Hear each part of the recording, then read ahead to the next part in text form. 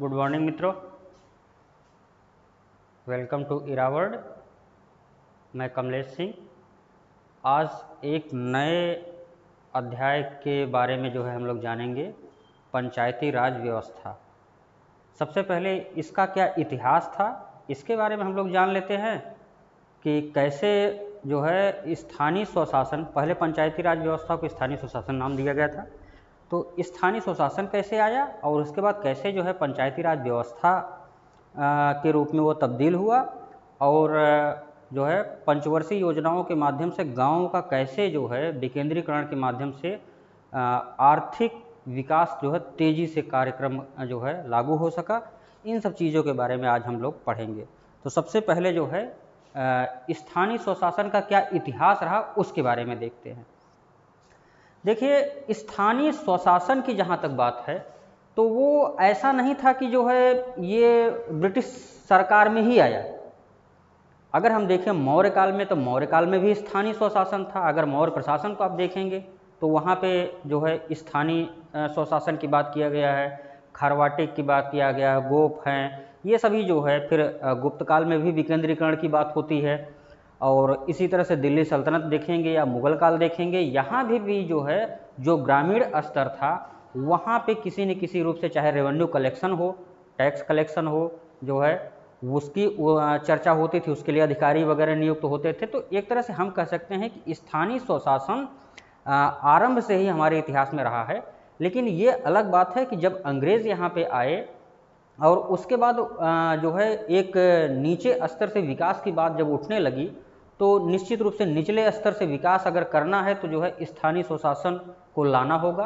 तो इसलिए समय समय पे ब्रिटिश गवर्नमेंट द्वारा, भारतीय ब्रिटिश गवर्नमेंट के द्वारा कुछ न कुछ इसमें कदम उठाए गए हैं। उसके बारे में सबसे पहले देखते हैं। तो स्थानीय स्वशासन का जो इतिहास है, इस संदर्भ में सबसे पहले भारत सरकार हालांकि उस समय ब्रिटिश गवर्नमेंट ही थी, तो ब्रिटिश गवर्नमेंट ने 1864 में भारत सरकार एक स्वशासन को मान्यता देने के लिए भारत सरकार ने कुछ कड़े कदम उठाए। इसके लिए एक बैठक बुलाई गई और उसमें एक औपचारिक बातें हुई कि हाँ, स्थानीय स्वशासन के माध्यम से भी कुछ काम करना है, कुछ डेवलपमेंट वाले काम करना है। तो ये महत्वपूर्ण बात उसमें थी कि 1864 में भारत सरकार को पहली बार एक तरह से हम कह सकते हैं कि केंद्र लेवल पे स्थानीय स्वशासन के बारे में बैठ करके मशविरा हुआ, विचार विमर्श हुआ। उसके बाद 1870 का काल आता है, लॉर्ड मेयो का काल था। लॉर्ड मेयो स्थानीय स्वशासन, क्योंकि स्थानीय स्वशासन के बारे में पहले बात हो चुकी थी सरकार के माध्यम से, तो इसलिए लॉर्ड मेयो जो भी आगे का सरकार होती है उसमें भी उस जो प्रोजेक्ट होता है उस पर वर्क किया जाता है। तो लॉर्ड मेयो ने स्थानीय स्वशासन के लिए ये कहा कि इसको वित्तीय स्वायत्तता प्रदान की जाएगी, तभी स्थानीय स्वशासन के रूप में सही रूप से धरातल पे कार्यान्वित हो पाएगा, क्योंकि वित्त के बिना कोई भी कार्य संपन्न होना असंभव है। एक महत्वपूर्ण बात ये भी थी कि सबसे पहले एक वर्ड जैसे स्थानीय स्वशासन जो हम कह रहे हैं, स्थानीय स्वशासन, एक चीज़ हम बताना भूल गए, स्थानीय स्वशासन कहेंगे किसको? वास्तव में स्थानीय स्वशासन लोकतांत्रिक विकेंद्रीकरण का सबसे अच्छा रूप है। स्थानीय स्वशासन हम जहाँ पे ग्राउंड लेवल पे आम लोगों की जन सहभागिता हो, जैसे गांव है, गांव के लोगों की सहभागिता बढ़ रही है और इसके माध्यम से वो शासन और प्रशासन में भाग ले रहे हैं, इसी को हम स्थानीय स्वशासन कहेंगे। मुझे लगता है कि आप स्थानीय स्वशासन के महत्व को समझ गए होंगे। तो इस तरह से फिर लॉर्ड मेयो का काल आया और इन्होंने वित्तीय स्वायत्तता की बात की। इसके बाद 1882 में लॉर्ड रिपन का काल आता है। लॉर्ड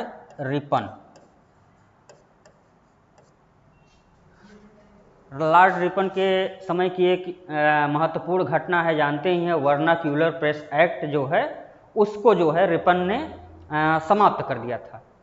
कभी भी याद रखने के लिए याद रखिए कि वर्नाक्यूलर प्रेस एक्ट को रिपन, र से नाम है, रिपन ने रेप दिया था, मतलब उसको जो है समाप्त कर दिया था। तो एक कोडिंग जो है, रिपन ने वर्नाक्यूलर प्रेस एक्ट को रेप दिया था। तो ये इस तरह से आप पढ़ेंगे तो कभी कंफ्यूजन नहीं होगा। तो मेरे कहने का मतलब अब आइए स्थानीय स्वशासन पे। यहाँ पे लॉर्ड रिपन जो है स्थानीय स्वशासन के क्षेत्र में जो है इन्होंने कई कानून बनाए, धरातल पे लागू करने के लिए जो है कानून बनाए और उनका जो है क्रियान्वयन भी किए। और जितने स्थानीय स्वशासन के क्षेत्र में रिपन ने काम किए और उन कानूनों को जो है मैग्ना कार्टा की उपाधि दी गई। तो रिपन के जो स्थानीय स्वशासन के कार्य थे, जो कानून थे, उन्हें जो है मैग्ना कार्टा कहा गया। क्या कहा गया? Magna carta. मैग्ना कार्टा किसे कहते हैं? मैग्ना कार्टा का मतलब होता है महाअधिकार पत्र। कोई विशेष कानून है उसी को हम मैग्ना कार्टा करते हैं। जैसे अमेरिका जब स्वतंत्र हुआ तो वहाँ जो है मूल अधिकारों को लागू करने के लिए बिल ऑफ राइट लाया गया, जो है वहाँ के संसद के माध्यम से। तो एक तरह से हम ये कह सकते हैं कि जो है बिल ऑफ राइट मतलब मूल अधिकारों के लिए लड़ाई के लिए जो है कानून जो बने उसको जो है वहाँ पे मैग्ना कार्टा की उपाधि दी गई अमेरिका में। इसी तरह से यहाँ पे पंचायती राज व्यवस्था के लिए, स्थानीय स्वशासन के लिए जो लॉर्ड रिपन ने कार्य किए, उन कानूनों को जो है मैग्ना कार्टा की उपाधि दी गई। स्थानीय स्वशासन के क्षेत्र में लॉर्ड रिपन के इतने महत्वपूर्ण योगदान थे, चाहे वित्तीय क्षेत्र में हो या लोकतांत्रिक विकेंद्रीकरण के क्षेत्र में हो या फिर जो लोगों के आम लोगों को जन सहभागिता बढ़ाने के क्षेत्र में हो। इन्हीं सब कार्यों को देख करके लॉर्ड रिपन को स्थानीय स्वशासन का जन्मदाता भी कहा जाता है। लॉर्ड रिपन को जो है स्थानीय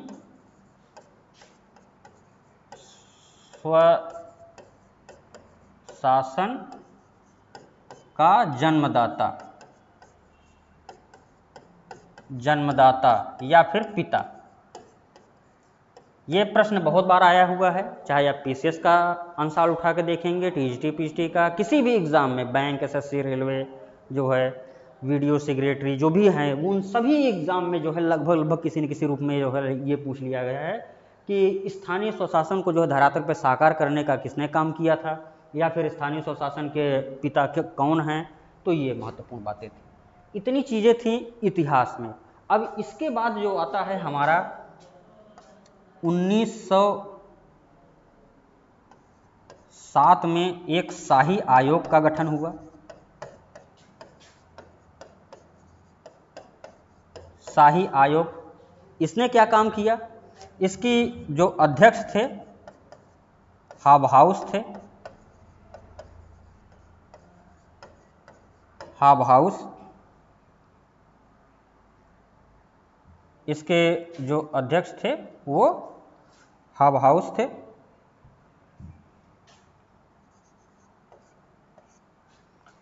इन्होंने ये कहा कि स्थानीय स्वशासन के लिए वित्तीय स्वायत्तता जरूरी है और इसके लिए एक संवैधानिक स्थिति प्रदान होनी चाहिए। इस तरह से जो है बातें, मेरे कहने का मतलब कि स्थानीय स्वशासन के क्षेत्र में जैसे जैसे समय आगे बढ़ रहा था वैसे वैसे कुछ न कुछ थोड़े मोड़े काम जो है करते जा रहे थे ये सब सरकारें। एक बात महत्वपूर्ण और है, ब्रिटिश गवर्नमेंट थी तो वो यहाँ व्यापार करने आई थी और यहाँ से जो है जो आर्थिक संसाधन थे, जो यहाँ कच्चा माल था, रॉ मटेरियल था, यहाँ के सोना चांदी, ये सब चीज़ें यहाँ से ले जाने आई थी, यहाँ का डेवलप करने नहीं आई थी। लेकिन कोई गवर्नमेंट है तो जब यहाँ पे रहेगी तो उनको भी असुविधाएं होंगी, तो इसके कारण जो है वह कुछ न कुछ काम करेंगे ही करेंगे जहाँ पे रहेंगी। जैसे रेलवे का विकास, आपको क्या लगता है?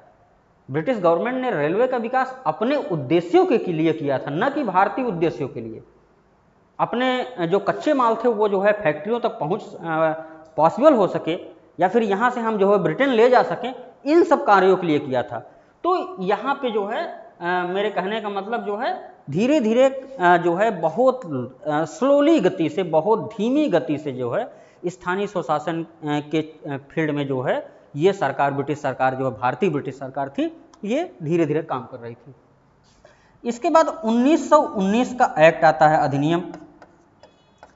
इस अधिनियम की महत्वपूर्ण विशेषता ये थी कि अभी तक स्थानीय स्वशासन के संदर्भ में जो भी कानून बनते थे वो केंद्र के आधार से ही बनते थे और जो है वहीं से जो है नियम कानून बनते थे, इम्प्लीमेंटेशन लोकल बॉडी पे होता था। अब 1919 का जब एक्ट आया तो यहाँ पे जो है ये कहा गया कि ये जो है प्रांत का विषय बनाया जाए, इसको जो है स्थानीय स्वशासन को जो है राज्यों का विषय बनाया जाए, न कि केंद्र का विषय। तो एक महत्वपूर्ण जो है स्थानीय स्वशासन के क्षेत्र में 1919 का अधिनियम जो है ये प्रावधान करता है कि स्थानीय स्वशासन प्रांत का विषय होगा। स्थानीय स्वशासन किसका होगा? प्रांत का विषय, या फिर राज्य का विषय या प्रदेश का विषय, इस तरह से आप समझ सकते हैं। इतनी बातें थी जो है इतिहास में। इसके बाद क्या आता है, स्क्रीनशॉट लेना हो तो आप लोग ले सकते हैं, मैं हट जाता हूं। चलिए हम इसको हटा रहे हैं। इसके बाद आता है स्थानीय स्वशासन के क्षेत्र में जो है 1935 का एक्ट। इस एक्ट में भी क्योंकि संविधान ज़्यादातर हमारा 1935 के अधिनियम पे ही बेस्ड था, और इसमें जो प्रावधान थे उनको जो है ज़्यादातर प्रावधान अक्षरशः संविधान में लिख दिए गए थे। तो इस 1935 के अधिनियम में जो 1919 का अधिनियम अभी हम बताए कि प्रांतों का विषय है रहेगा स्थानीय स्वशासन, उसी की बात यहाँ पे दोहरा दी गई, और यह कहा गया कि प्रांतों का विषय के साथ साथ वित्तीय स्वायत्तता भी जो है स्थानीय स्वशासन को दी जाएगी। तो जो है स्थानीय स्वशासन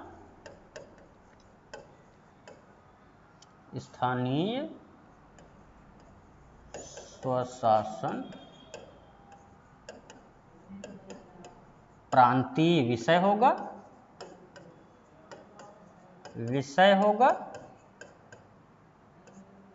प्लस वित्तीय स्वायत्तता प्रदान की जाएगी, प्लस लोकतांत्रिक विकेंद्रीकरण का जो उद्देश्य है उसको प्राप्त करने का कार्य किया जाएगा। लोकतांत्रिक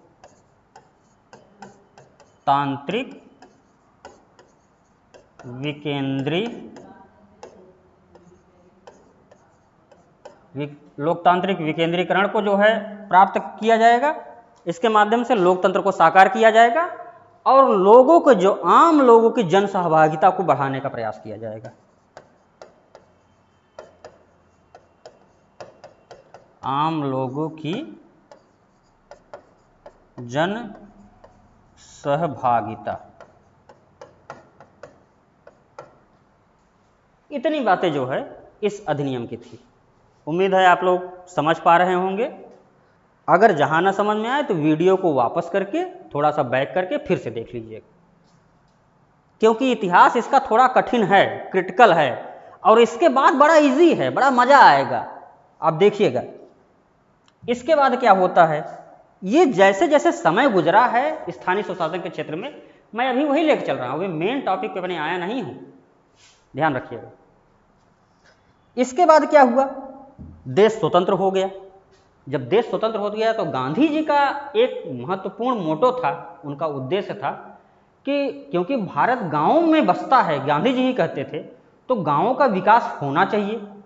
अब गांवों का अगर विकास करना है तो स्थानीय स्वशासन को जो है गांव ग्रामीण स्तर तक ले जाना ही होगा, तभी तो गांव का विकास हो पाएगा। ये सब बातें जो है जब भी जो स्वतंत्रता सेनानी थे वो राजनीतिक गोष्ठियाँ करते थे, बैठकें करते थे, तो वो आपस में विचार विमर्श होता था, चर्चा होता था। फिर जवाहरलाल नेहरू जब प्रधानमंत्री बने 1952 में, तो इन्होंने जो है गांधी जी की जो बात थी उस पर अमल किया और स्थानीय स्वशासन के क्षेत्र में एक महत्वपूर्ण जो है कदम जवाहरलाल नेहरू उठाए, और इन्होंने ये कहा कि निश्चित रूप से जो है स्थानीय स्वशासन के लिए जो है कुछ न कुछ कार्य किया जाना चाहिए। तो 2 अक्टूबर डेट थी, 2 अक्टूबर 1952 प्रधानमंत्री थे हमारे जवाहरलाल नेहरू, JL नेहरू। इन्होंने एनडीसी की जो बैठक हुई उसमें जो है सामुदायिक विकास की बात की, राष्ट्रीय सामुदायिक विकास की बात की, और जो है स्थानीय स्वशासन के प्रशासन को जो है धरातल पे क्रियान्वित करने की बात की।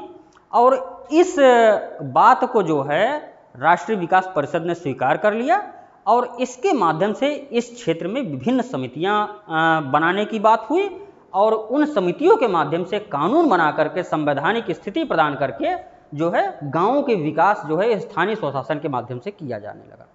तो इतनी बातें थी जवाहरलाल नेहरू को जो है इस समय।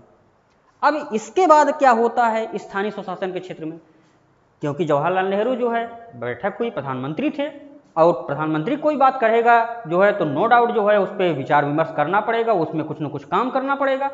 इसलिए विभिन्न समितियां गठित की गई समय समय पर और स्थानीय स्वशासन के लिए महत्वपूर्ण कार्य किए गए।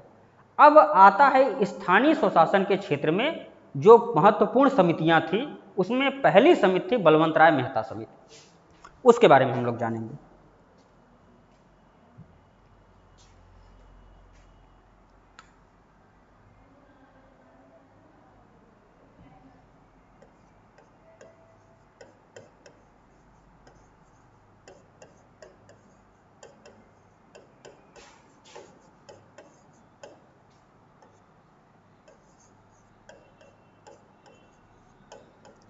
स्थानीय स्वशासन के लिए गठित समितियां,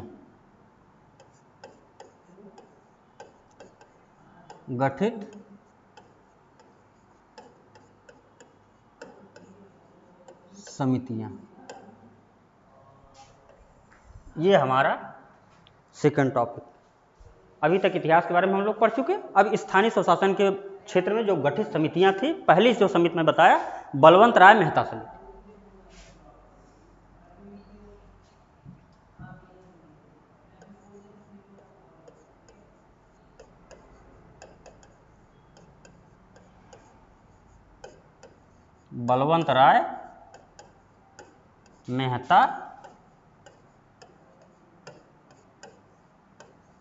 बलवंत राय मेहता समिति। इस समिति की एक महत्वपूर्ण बात यह थी, ये समिति जो है 1957 में जो है इसका गठन हुआ था। इस समिति की जो महत्वपूर्ण बात थी यह त्रिस्तरीय थी। इसने यह कहा कि जो पंचायती राज व्यवस्था होगी या फिर स्थानीय स्वशासन होगा वो 3 स्तरों पे होगा। तो यह समिति जो है त्रिस्तरीय ढांचे की बात की। बहुत बार प्रश्न पूछा गया है कि 3 स्तरीय समिति जो है कौन सी थी। अशोक मेहता का नाम दे देता है, अशोक मेहता 2 स्तरीय थी, यहाँ पे त्रिस्तरीय थी। किस सन में गठित हुई थी ये बहुत बार पूछा जाता है। विभिन्न समितियों का नाम दे दिया जाता है, क्रम मिलाने को दे दिया जाता है। तो ये सब चीज़ें आप बेसिक स्ट्रक्चर जो है उस पर जो है बिल्कुल कन्फ्यूज़न न रहे, उस पर बार बार फोकस करिए। जब भी आप नोट्स बनाइए, कुछ चीज़ें मैं लेक्चर दे रहा हूँ तो साथ में पेन कॉपी लेके बैठिए और ज़रूर लिखिए। और जो चीज़ मैं पढ़ा दे रहा हूँ आप गलती की बिल्कुल गुंजाइश मत करिए, टीचर्स पे विश्वास करिए, क्योंकि हम कोई एक किताब नहीं देख के पढ़ते, हम एनसीईआरटी भी देख के पढ़ते हैं, जो विभिन्न अच्छी बुक्स हैं बेयर एक्ट को लेकर साथ में पढ़ते। तो उन सब चीज़ों को मैं जो है एक शॉर्ट नोट्स अपना बनाता हूँ, फिर उसी को पढ़ता हूँ, एनालिसिस करता हूँ, तब मैं आप लोगों को पढ़ाता हूँ। तो इसलिए विश्वास करके पूरी तरह से आप हम ही से जुड़े रहिए, दूसरी किताब पढ़ने की जरूरत नहीं है। जितनी मेरी फ्लेमिंग रहे उसको आप जरूर नोट करते जाइए। संस्था में अगर आप जुड़ते हैं तो संस्था से नोट्स प्रोवाइड हो जाएंगे। ये सब चीज़ें जो मैं पढ़ा रहा हूँ ये सब संस्थाओं में है, वो नोट्स तो मिल ही जाएंगे। और अगर आप संस्था से नहीं जुड़ रहे हो तो आधे अधूरे ज्ञान रहेगा, लेकिन हाँ जो वीडियो पढ़ रहे हैं कम से कम वही नॉलेज ले लीजिए जाए, उसी को आप लोग नोट कर लीजिए। त्रिस्तरीय समिति थी बलवंत राय मेहता। कैसी समिति थी? यह त्रिस्तरीय समिति थी। अब त्रिस्तरीय समिति में जो है 3 स्तर की जो समितियां थी, पहली थी ग्राम पंचायत, दूसरी पंचायत समिति और तीसरी जिला परिषद। ग्राम पंचायत, दूसरी पंचायत समिति और तीसरी जिला परिषद।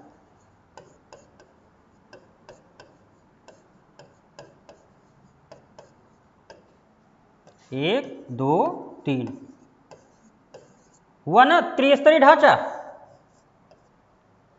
3 स्तर पे जो है दिख रहा है, इसीलिए इसको जो त्रिस्तरीय ढांचा दे दिया गया। बहुत ही इंटरेस्टिंग रहता है जब पंचायत का चुनाव होता है, ग्राम प्रधानी का चुनाव होता है। मुझे लगता है कि जो भी लोग गांव से बिलोंग करते हैं, सबसे ज़्यादा मज़ा आता है तो प्रधानी के चुनाव में ही आता है। और ये देन किसकी है? बलवंत राय मेहता की ही देन है। उन्होंने अगर त्रिस्तरीय में न बांटा होता तो जो है प्रधानी वाला चुनाव न होता, बीडीसी वाला चुनाव न होता, जिला पंचायती का चुनाव न होता। तो लोकल हम लोग जो है अपने बीच में एक नेता को चुन न पाते और अपने गांव का विकास न कर पाते। तो निश्चित रूप से ये बलवंत राय मेहता समिति का जो है ये बहुत बड़ा रोल था कि ये त्रिस्तरीय ढांचा था, ग्राम पंचायत, पंचायत समिति और जिला परिषद। ये एकदम पूरी तरह से रट लीजिए, ग्राम पंचायत, पंचायत समिति और जिला परिषद, ये 3 बातें इसकी थी महत्वपूर्ण। इसके बाद जो है फिर ये तो समितियों का गठन हो गया। फिर बलवंत राय मेहता क्या कहते हैं? इन्होंने ये कहा कि ये तो समिति बन गई, त्रिस्तरीय ढांचा बन गया, लेकिन ये प्रोजेक्ट अगर बन गया तो प्रोजेक्ट सक्सेस होगा कि नहीं होगा? और प्रोजेक्ट सक्सेस के लिए कहीं ना कहीं एक्सपेरिमेंट किया जाता है, सभी जानते हैं। तो इन्होंने जो है कहाँ पे? आंध्र प्रदेश में जो है सबसे पहले प्रायोगिक तौर पे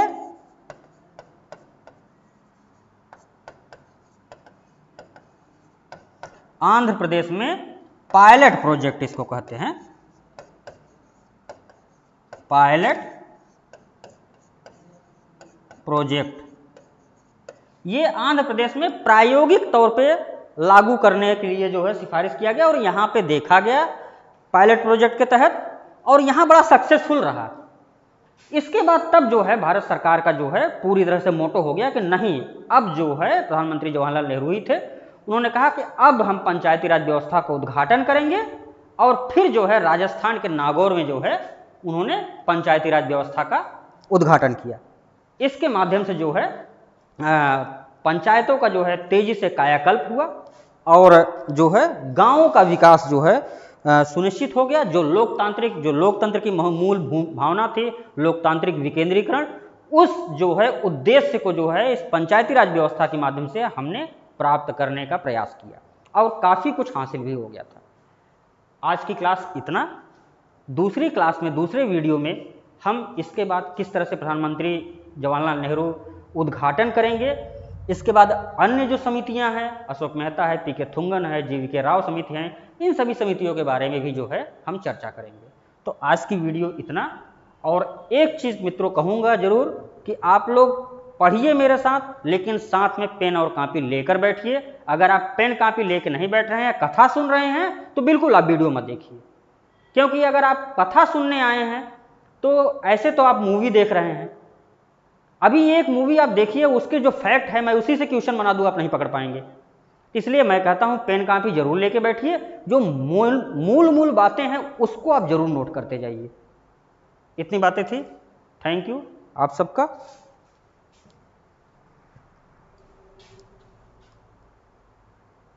अगर वीडियो अच्छी लगे तो प्लीज़ मित्रों लाइक और शेयर और कमेंट जरूर करिएगा। पॉजिटिव कमेंट और निगेटिव कमेंट जरूर करिएगा। निगेटिव तो ज़्यादा ज़रूरी है, क्योंकि उसके माध्यम से हम कुछ सुधार करने का प्रयास करते हैं। जैसे अभी पिछले वीडियो में मैं देखा जो है ब्लैक बोर्ड की क्वालिटी थोड़ा गड़बड़ थी। इस तरह से जो भी रीज़न हो, आप जो है जो समस्याएं दिख रही हो उस पर कमेंट जरूर करिए। Thank you.